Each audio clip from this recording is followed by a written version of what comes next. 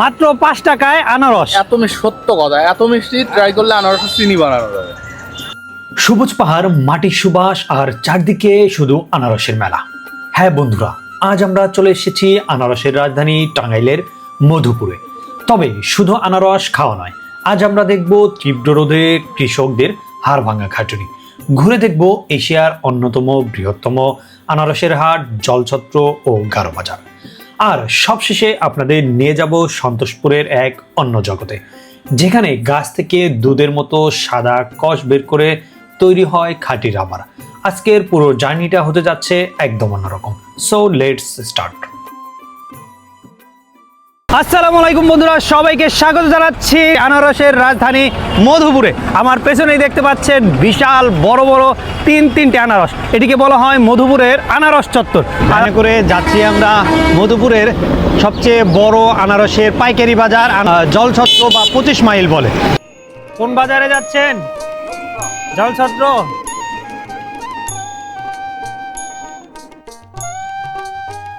ভ্যানে করে মধুপুরের জলছত্র বা 25 মাইল বাজারে। আর আজকে আমার সাথে দুইজন অতিথি আছে। শরীফ ভাই আমার সাথে এর আগে 201 গম্বুজ মসজিদ ভিজিট করেছে, আর আজকে চলে আসছে আমার ভাই, আমাদের নোমান ভাই। নোমান ভাই বাংলাদেশের অনেক পরিচিত মুখ, তাকে আপনারা অনেকেই চিনেন।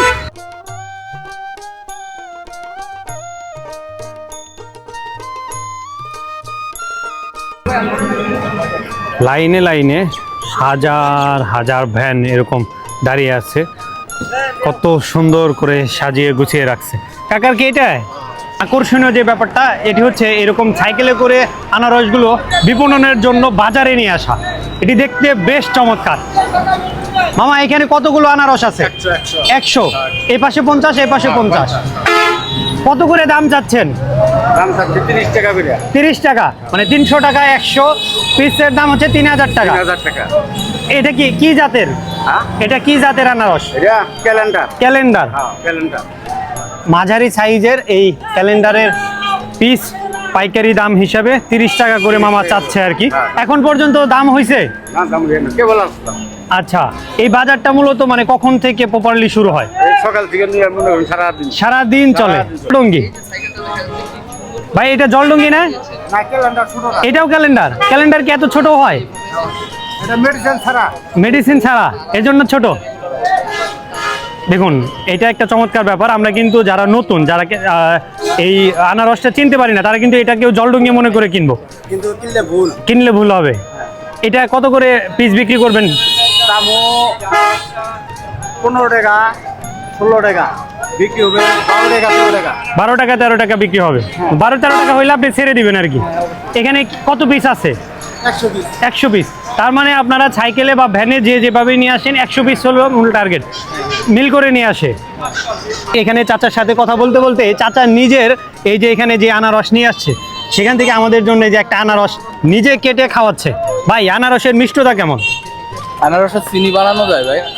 কোনো সুযোগ নাই। না, এত সত্য কথা, এত মিষ্টি ট্রাই করলে আনারসের চিনি বানানো যাবে। আনারস থেকে আপনি চিনি বানানো যায়, এরকম মিষ্টি আনারসের যে একটা ঘ্রাণ শুধু ওইটা আছে, আর খুবই সুমিষ্ট।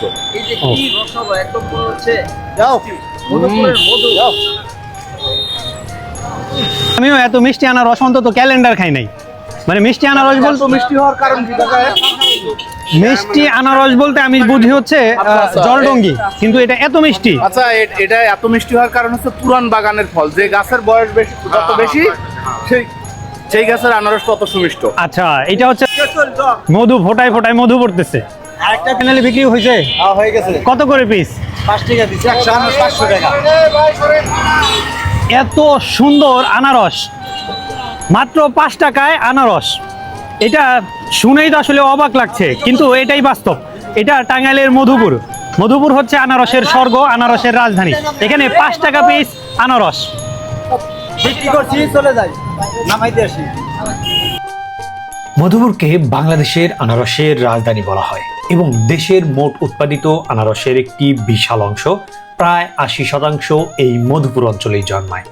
আর এই পুরো অঞ্চলের চাষিদের উৎপাদিত ফল বিক্রির মূল কেন্দ্র হলো জলছত্র বাজার।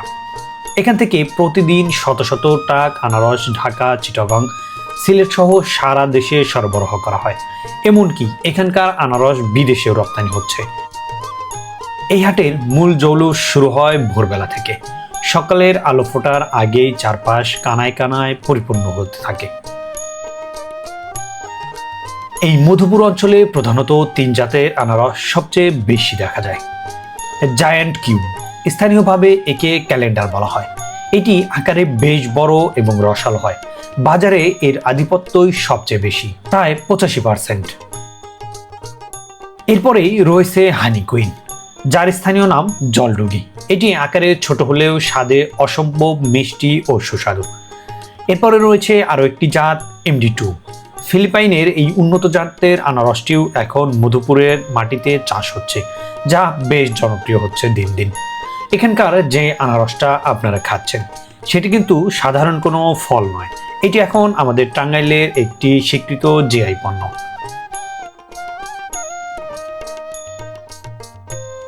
মধুফল আনারসের পাশাপাশি প্রচুর পরিমাণে কলারও চাষ হয়। এখানে বিভিন্ন জাতের কলা বিক্রি হচ্ছে, আমরা দেখতে পাচ্ছি। এগুলো বেশিরভাগই দেখছি সবরি কলা। এখানে যত দূর চোখ যায় তত দূর পর্যন্ত কিন্তু কলার হাট, রাস্তার এই পাশ এবং ওই পাশে। আর এই পাশটাতে হচ্ছে সব আনারসের হাট। এই যে এখানে দামাদামি চলতেছে।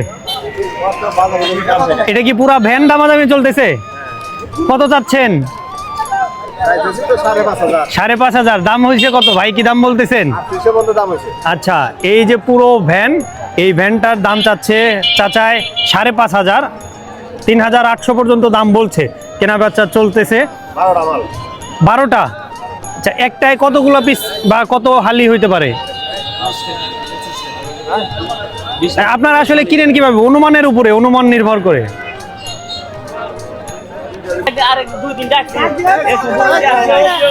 ভাই কি কলা নিয়ে আসছেন? এই যে কলা কাটতেছে, মানে এটা কি জন্য? আচ্ছা, এটা কি বিক্রি হয়ে গেল? মানে গণনা করে নিল যে কয়টা আছে, কয়টা বিক্রি হয়েছে, কাটা হয়েছে, কলা শেষ।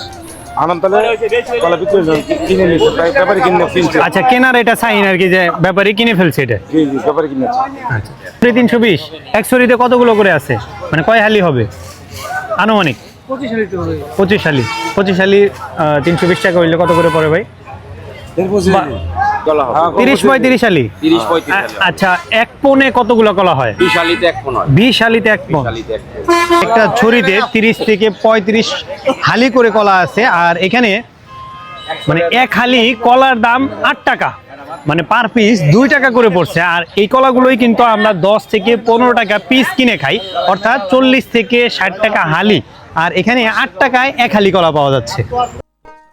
আপনারা যে মিষ্টি আর রসালো আনারসটা খান, সেটা কিন্তু এত সহজে আসে না। এই যে দেখছেন চারদিকে আনারস গাছ, এগুলোর পাতা কিন্তু ব্লেডের মতো ধারালো। এই তীব্র গরম আর কাটার আঘাত সহ্য করে আমাদের কৃষক ভাইরা সকাল থেকে সন্ধ্যা পর্যন্ত মাঠ থেকে আনারস তোলেন। ক্ষেত থেকে আনারস তোলার পর সেগুলো নিয়ে আসা হয় মধুপুরের বিখ্যাত জলছত্র বাজার এবং গারো বাজারে। চারদিকে তাকালে আপনার চোখ কপালে উঠে যাবে, শুধু আনারস আর আনারস। প্রতিদিন এখানে লাখ লাখ টাকার আনারস কেনা বেচা হয়। আনারসের বাইরেও এই হাটে বেচাকিনি হয় কলা এবং কাঁঠাল। দেশের বিভিন্ন প্রান্ত থেকে পাইকাররা আসেন এই হাটে।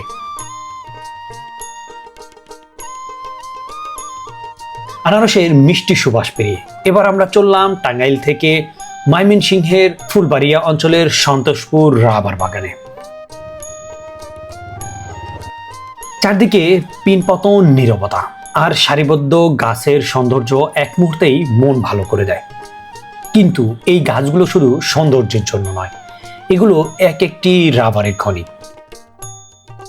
গাছের গায়ে বিশেষ কায়দায় কেটে বাটি ঝুলে দেওয়া হয়েছে, একে বলা হয় ট্যাপিং।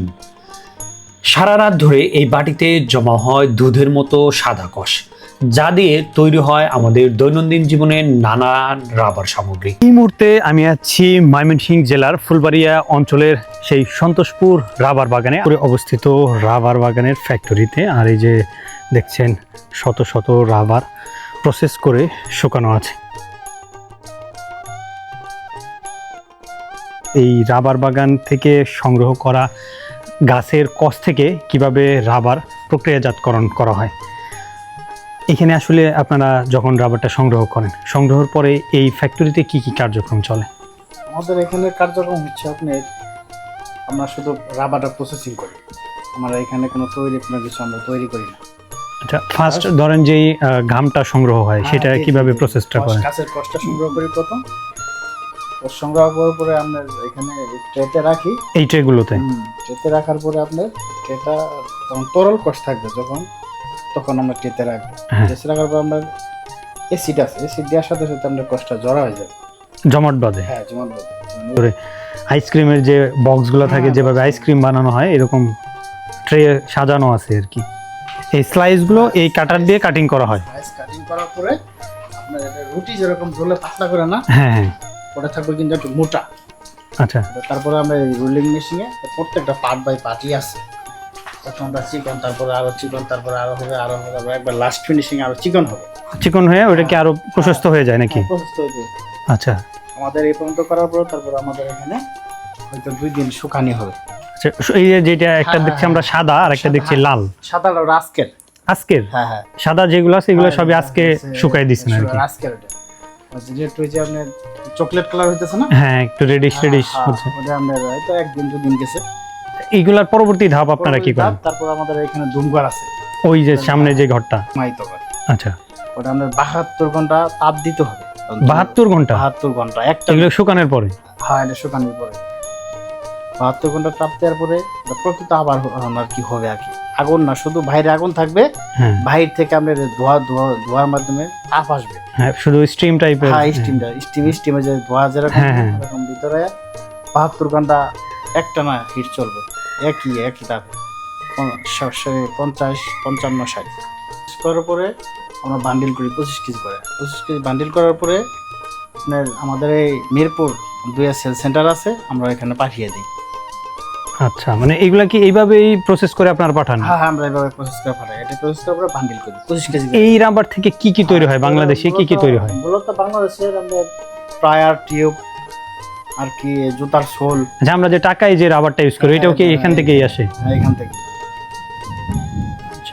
রাবারের প্রধান কাঁচামালই এগুলা ছাড়া কোনো কিছু রাবার হবে না। মানে এলাস্টিক টাইপের আমরা যা কিছু দেখি তার বেশিরভাগ আসে এই রাবার থেকে, সরাসরি এই রাবার থেকেই। ময়মনসিং ছাড়া এটা বাংলাদেশের আর কোথায় কোথায় হয়? চট্টগ্রাম আছে, চট্টগ্রামে আছে। আর ময়মনসিং এর এই আমাদের পাশে এই জোনে 5টা বাগান, এই জোনে 5টা বাগান। সন্তোষপুর, ওইদিকে পীরগাছা, চাঁদপুর এটা কোন এরিয়াতে পড়ছে? কমলাপুর, এই যে এদিকে। এটা কি মধুপুরে নাকি? আচ্ছা আচ্ছা। এইখানে যেই সব জিনিসপত্র দেখতে পাচ্ছেন সবকিছু হচ্ছে রাবার সংগ্রহের আসবাবপত্র। এই বাটিগুলোই মানে গাছ যে একদম এরকম ঘুরে ঘুরে কাটে সেটা নিচে দেয়। আমরা যেরকম ভাবে দেখছি যে খেজুরের রস সংগ্রহ করে, এখানে রাবার গাছের রাবার সংগ্রহিত হয়। সেগুলোকে এই টাইপের যে গ্যালনগুলো আছে সেই গ্যালনে ঢেলে তারপরে এখানে বিশেষ ধরনের গাড়ি আছে, যেই গাড়িগুলোতে এই রাবার ফ্যাক্টরিতে আনা হয়। পাহাড়ি অঞ্চলের মানুষের জন্য এই অঞ্চলে শুধুমাত্র এই পাহাড়ি কাদা বা মাটির যেই পরিবেশ, এই জন্য এই রাস্তায় অন্য কোনো গাড়ি চলাচলের উপযোগী নয়, যার ফলে এখানের শ্রমিক থেকে শুরু করে সাধারণ মানুষ সবার যানবাহনের একমাত্র মাধ্যম হলো এই ট্রাক্টর। এই যে এরা হচ্ছে সবাই সন্তোষপুর বাগানের শ্রমিক, কাজ শেষে সবাই তাদের কর্মস্থলে ফিরে যাচ্ছে। এখানকার রাস্তাঘাটগুলো দেখুন। আমাদের প্ল্যান ছিল অনেক ভেতরে যাওয়া, কিন্তু হঠাৎ করেই বৃষ্টি নামছে। বৃষ্টি নেমে রাস্তার অবস্থা এতটাই বেহাল, এদিক দিয়ে মোটরসাইকেল নিয়ে গেলে সেটা নিয়ে আর ফেরত আসা সম্ভব না, ট্রেন দিয়ে মোটরসাইকেল উদ্ধার করতে হবে। মধুপুর বা ময়মনসিংহের যে পাহাড়ি অঞ্চলগুলো আছে, লালমাটির এই এলাকায় আসলে যানবাহন হিসাবে ট্রাক্টরই সবচেয়ে ঠিক। এই যে যে গাছগুলো দেখছেন, এই গাছগুলো আমাদের দেশের সম্পদ। আর দেখেন, সাধারণত আমরা যেভাবে রাবারটা ইউজ করি আমরা কিন্তু জানি না এই রাবারগুলোর আসলে কাঁচামালটা কই থেকে আসে। আর এটাই হচ্ছে সেই কাঁচামাল সংগ্রহের জায়গা। দেখেন ফোটায় ফোটায় পড়তেছে পুরো গাছ থেকে। আর এখানে কয়েক লক্ষাধিক রাবার গাছ আছে। আর শুধু এই সন্তোষপুর নয়, সন্তোষপুর ছাড়াও পীরগাছা, চাঁদপুর সহ এখানে নাকি পাঁচটা জোন আছে যেখান থেকে রাবার সংগ্রহিত হয়। আর সেগুলো সংগ্রহ করে চলে যায় বাংলাদেশের ঢাকার মিরপুর 2-এ। এটার একটা ফ্যাক্টরি আছে, সেখান থেকে বাকি প্রসেসিং কমপ্লিট করে সেটা ডিস্ট্রিবিউশন হয় পুরো বাংলাদেশে। এই এলাকার মানুষের অর্থনীতির মূল চাবিকাঠি হচ্ছে এই কৃষি। তবে রাবার বাগানটা কোনো ব্যক্তিগত বাগান নয়, এটি বাংলাদেশ বন অঞ্চল বা বন বিভাগের অন্তর্ভুক্ত। যেই সব চাষিরা আছে তাদের মূল অর্থকরী ফসলের মধ্যে আনারস আর কলা হচ্ছে প্রধান। এছাড়াও এই মধুপুর অঞ্চলের বাইরে টাঙ্গাইলের সাগরদিঘি এরিয়াতে আরও নানাবিধ ফসলের চাষ হয়, বিশেষ করে একদিকে ড্রাগন, মালটা থেকে শুরু করে লেবু, আরও অন্যান্য অর্থকরী। এই মুহূর্তে আমি আছি টাঙ্গাইলের গারোবাজার এরিয়াতে। আমার ডান পাশেই যে রাস্তাটি দেখতে পাচ্ছেন এটি গেছে ফুলবাড়িয়ার দিকে। ফুলবাড়িয়া হচ্ছে ময়মনসিংহের একটি উপজেলা। আমার এই পাশটাতে রয়েছে এটি মধুপুরের কাকরাইল হয়ে একদম মধুপুর পর্যন্ত চলে গেছে। এটি হচ্ছে টাঙ্গাইলের মধুপুর উপজেলার, এবং এই বাজারেরই আরেকটা অংশ হচ্ছে টাঙ্গাইলের ঘাটাইল উপজেলা। মানে এই বাজারটা এতটাই গুরুত্বপূর্ণ, তিনটা উপজেলার সংযোগস্থল। আর এখানে আসলে আপনারা পাইকারি দরে আনারস এবং কলা কিনতে পারবেন। এখন যেহেতু বিকেল, এই বাজারটা বেসিক্যালি শুরু হয়ে হচ্ছে অনেক ভোরে। এখানে এই যে দেখতে পাচ্ছেন যারা আনারস কিনেছিল সকালে, এরা কিন্তু ট্রাক লোড করে বিভিন্ন জায়গায় নিয়ে যাচ্ছে।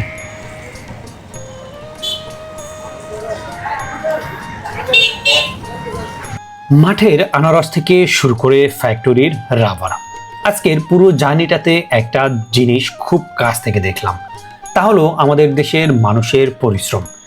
এই খেটে খাওয়া মানুষগুলোর জন্যই আজ আমরা এত চমৎকার সব দেশীয় পণ্য পাচ্ছি। টাঙ্গাইলের মধুপুর আর সন্তোষপুরের এই রূপ আপনাদের কেমন লাগলো কমেন্ট করে অবশ্যই জানাবেন। ভিডিওটি ভালো লাগলে লাইক করে দিবেন এবং বন্ধুদের সাথে ভিডিওটি শেয়ার করার অনুরোধ রইল। আর আপনি যদি এখন আমার চ্যানেলটি সাবস্ক্রাইব না করে থাকেন তাহলে অবশ্যই চ্যানেলটি সাবস্ক্রাইব করে পাশে থাকা বেল বাটনটি অল করে দেবেন। দেখা হচ্ছে পরবর্তী কোনো রোমাঞ্চকর ব্লগ নিয়ে। সে পর্যন্ত সবাই ভালো থাকুন, সুস্থ থাকুন। আল্লাহ হাফেজ।